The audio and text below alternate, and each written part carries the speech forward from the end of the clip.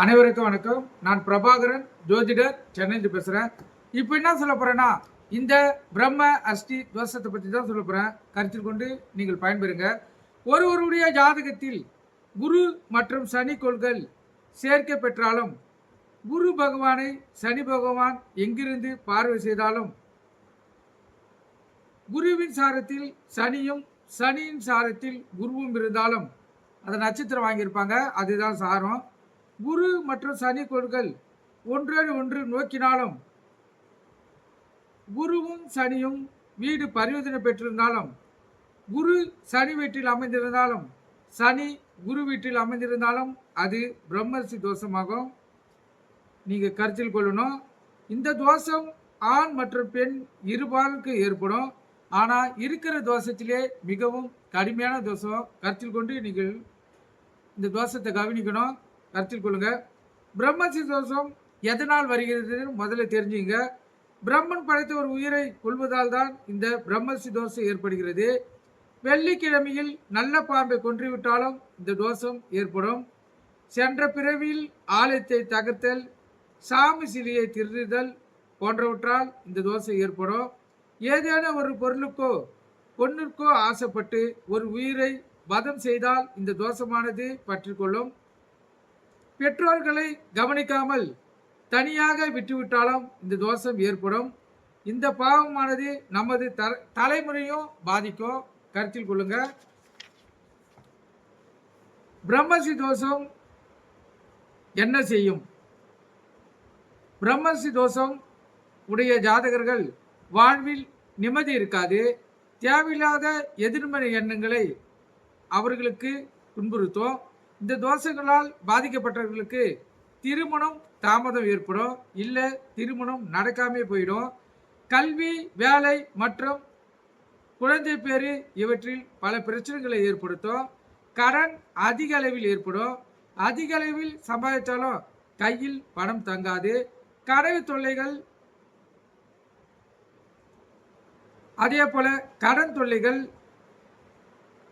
தாங்கள் நடத்தி வரும் தொழிலுக்கு வேலைக்காரர்கள் கிடைக்காத நிலை போன்ற பல குழப்பங்கள் இந்த பிரம்மரிஷி தோஷம் ஏற்படுத்தும். அதே போல நல்லறிவு, நல்ல பழக்கங்கள், நல்ல உழைப்பு போன்றவை ஜாதகருக்கு இருந்தாலும் அதனால் அந்த ஜாதகருக்கு தகுந்த பலன் கிடைக்காது. கருத்தில் கொள்ளுங்க.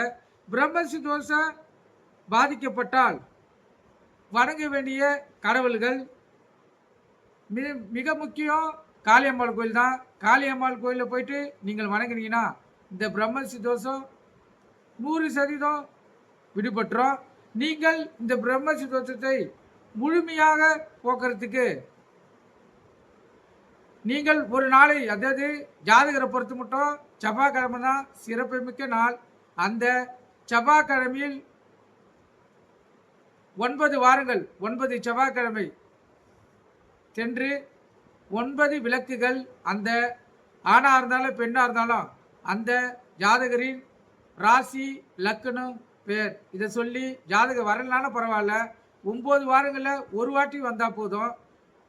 மீதி அவங்களுக்கு தாய் தந்தையர் யாராக வேணாலும் 9 நாள், அதான் 9 செவ்வாய்க்கிழமை 9 வாரங்கள் அவங்களுக்கு விளக்கு போட்டு அவங்களுடைய ராசி, நட்சத்திரம், லக்னத்தை சொல்லி வணங்கினால் அவங்களுடைய தோஷம் 100% அவங்களை விட்டு விலகிடும். திருமணம் ஆகாதவங்களுக்கு திருமணம் அமையும். குழந்தை பாக்கியங்கள் பெறாதவங்களுக்கு குழந்தை பாக்கியம் அமையும். கடன் தொல்லையில் அவதிப்படுறவங்களுக்கு கடன் தொல்லை தீரும். கருத்தில் கொள்ளுங்க. காளிகாம்பாள் கோயில் மிகவும் சக்தி வாய்ந்தது. உங்கள் வீட்டில் அருகில் எங்கே இருந்தாலும் நீங்கள் செல்லலாம். அதே போல் இந்த சென்னை பாரிமணியில் இருக்கும் காளிகாம்பை கோயில் மிக மிக சக்தி வாய்ந்த கோயில், பழங்காலத்து கோயில். அந்த கோயிலில் நீங்கள் சென்றாலும் உங்களுக்கு இந்த பிரம்மரிஷி தோஷத்தின் விமோச்சனம் கிடைக்கும். கருத்தில் கொள்ளுங்க. அந்த கோயில் பார்த்தீங்கன்னா காலையில் நடைய திறக்க ஆரம்பித்து மதியம் 12 மணிக்கெலாம் நடையை வந்து சாத்திடுவாங்க.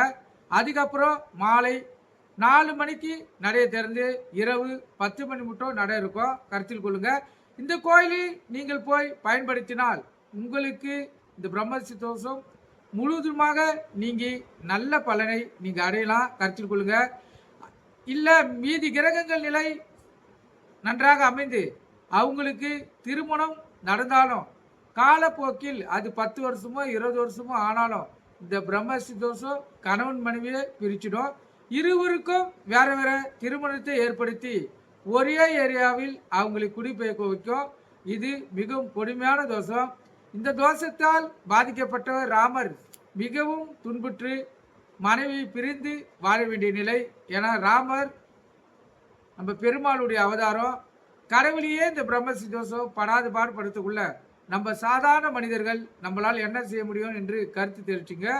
இது ஜாதக அடிப்படையில் பார்த்தீங்கன்னா போன பிறவி கர்மாவின் அடிப்படையில் நீங்கள் செய்த தாய் தந்தருக்கு உணவு வழங்காமல் போன பிரிவில் இருந்தாலும், போன பிரிவில் நல்ல பாம்பை வெள்ளிக்கிழமையில் அடித்திருந்தாலும், ஒரு பிரம்மன் படைத்த உயிரை போன பிரிவில் கொண்டிருந்தாலும் இந்த பிரம்மசி தோஷம் ஏற்படும், கருத்தில் கொள்ளுங்க. அதே போல சந்திர பிரிவில் ஆலயத்தை தகர்த்துதல், சாமி சிலையை திருடுதல் போன்ற செயல்களில் ஈடுபட்டிருந்தால் இந்த பிரம்மசி தோஷம் ஜாதக கட்ட அடிப்படையில் இந்த பிறவில் பாதிக்கும், கருத்தில் கொள்ளுங்க. காளிகாம்ப கோயிலை நீங்கள் சென்றடைந்தால் சரணடைந்தால் 100% உங்களுக்கு விடுதலை கிடைக்கும், கருத்தில் கொள்ளுங்க. இதான் ராமரே காளியம்மன் கோயிலுக்கு சென்று தான் அவருடைய இந்த பிரம்மசி தோஷத்தை கழித்தாரு. ராமருக்கு எதனால் இந்த பிரம்மசி தோஷம் வந்துச்சுன்னா ராவணனை வதம் செய்தனால இது ராமருக்கு பிரம்மசி தோஷம் ஏற்பட்டுச்சு. அது கருத்தில் தெரிஞ்சுக்க. ஏன்னா ராவணர் ஒரு பிராமணரை வதம் செய்தனால இந்த தோஷம். ராமரை பற்றி கொண்டு கணவன் மனைவியை இணைச்சி, அதாவது அவரு எவ்வளோ கஷ்டப்பட்டு வீட்டு எடுத்து வந்தோ அவங்களால் ஒற்றுமையாக வாழ முடியல, இருவரும் பிரிச்சிடுச்சு. அவரு இந்த காளியம்மன் கோயிலில் போய் தான் அவர் விமர்சனம் பெற்றாரு. அதுக்கப்புறம் தான் இருவரும் இணைந்தார்கள். நீங்கள் கருத்தில் கொண்டு நீங்கள் பயன்பெறுங்கள். அதே போல இந்த பிரம்மசி தோஷம் பாதிக்கப்பட்ட பிற கடவுள்கள் இருக்கிறார்கள், அவங்களுக்கு சொல்ற கருத்தில் கொள்ளுங்க. பைரவர் பிரம்மனின் தலையை கோதுமையால் பிரம்மசி தோஷம் அவருக்கு ஏற்பட்டுச்சு, கருத்தில் கொள்ளுங்க பைரவருக்கு. அதே போல சப்த கன்னியர் மகிஷாசூரன் என்னும் அரக்கனை கொன்றமையால் பிரம்மசி தோஷம் இந்த சப்த கன்னியர்களுக்கு ஏற்பட்டுச்சு. அதே போல ராமனை கொன்றதால் இந்த பிரம்மசி தோஷம் ஏற்பட்டுச்சு. வீரசேனன் வருகுண பாண்டியன் ஒரு பிராமணரை கொன்றதால் அவருக்கு இந்த பிரம்ம தோஷம் ஏற்பட்டுச்சு, கருத்தில் கொள்ளுங்க. பிரம்மசி தோஷம் மிகவும் கொடுமையானது. அதே போல பிரம்மசி தோஷ பரிகாரங்கள் சில கோயில் இருக்குது, அந்த கோயிலை சொல்கிறேன், கருத்தில் கொள்ளுங்க. கும்பகோணம் அருகே உள்ள திருவிடை மருதூர் கோயிலுக்கு சென்று பிரம்மசி தோஷம் நிவாரணம் செய்து ஒரு வாசல் வழியே நுழைந்து வேறொரு வாசல் வழியே வெளியே வர வேண்டும். அங்கே அதற்குரிய யாகம் நடத்த வேண்டும். இது பிரம்மசி தோஷத்துக்கு மிகவும் சிறந்த பரிகாரம், கருத்தில் கொள்ளுங்க.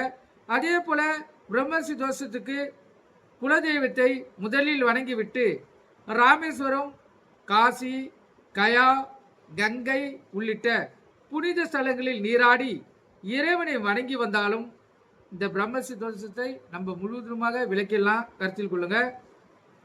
அதே போல அமாவாசை தினம் என்று மாலை சிவன் கோயிலுக்கு சென்று 9 சுற்றுகள் சுற்றி வணங்கி வர வேண்டும்.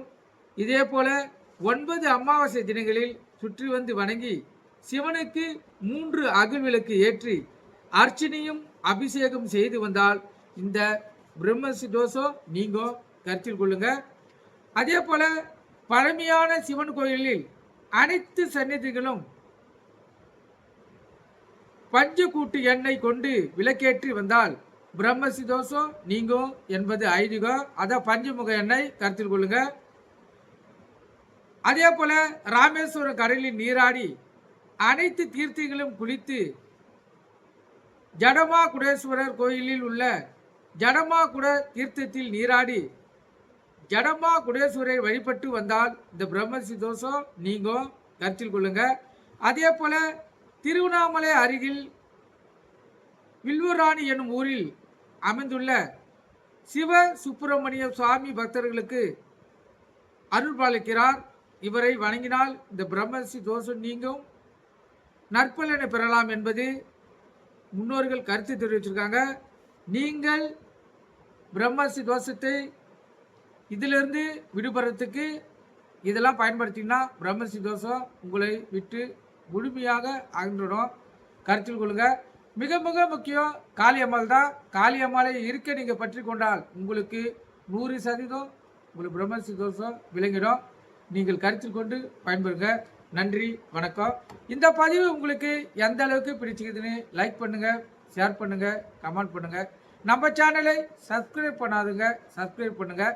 எனக்கு தெரிஞ்ச பயனுள்ள கருத்துக்களையும் என் முன்னோர்கள் எனக்கு அளித்த கருத்துக்களையும் நூலில் உள்ள சிறப்பான கருத்துக்களையும் என்னுடைய அனுபவத்தில் ஜாதகத்தில் அடிப்படையில் நான் பார்த்த கருத்துக்களையும் உங்களுக்கு நான் தெரிவிப்பேன். உங்களுக்கு எந்த அளவுக்கு பயன்படுத்த முடியுதோ அதன் அடிப்படையில் நீங்கள் பயன்படுத்தி உங்களுடைய வாழ்க்கையில் இறைவனரால் மிக சிறப்பான வெற்றிகளை பெற்று சிறந்த வாழ்க்கை வாழ வேண்டும் என்று இறைவனை வேண்டிக் கொள்கிறேன். நன்றி, வணக்கம்.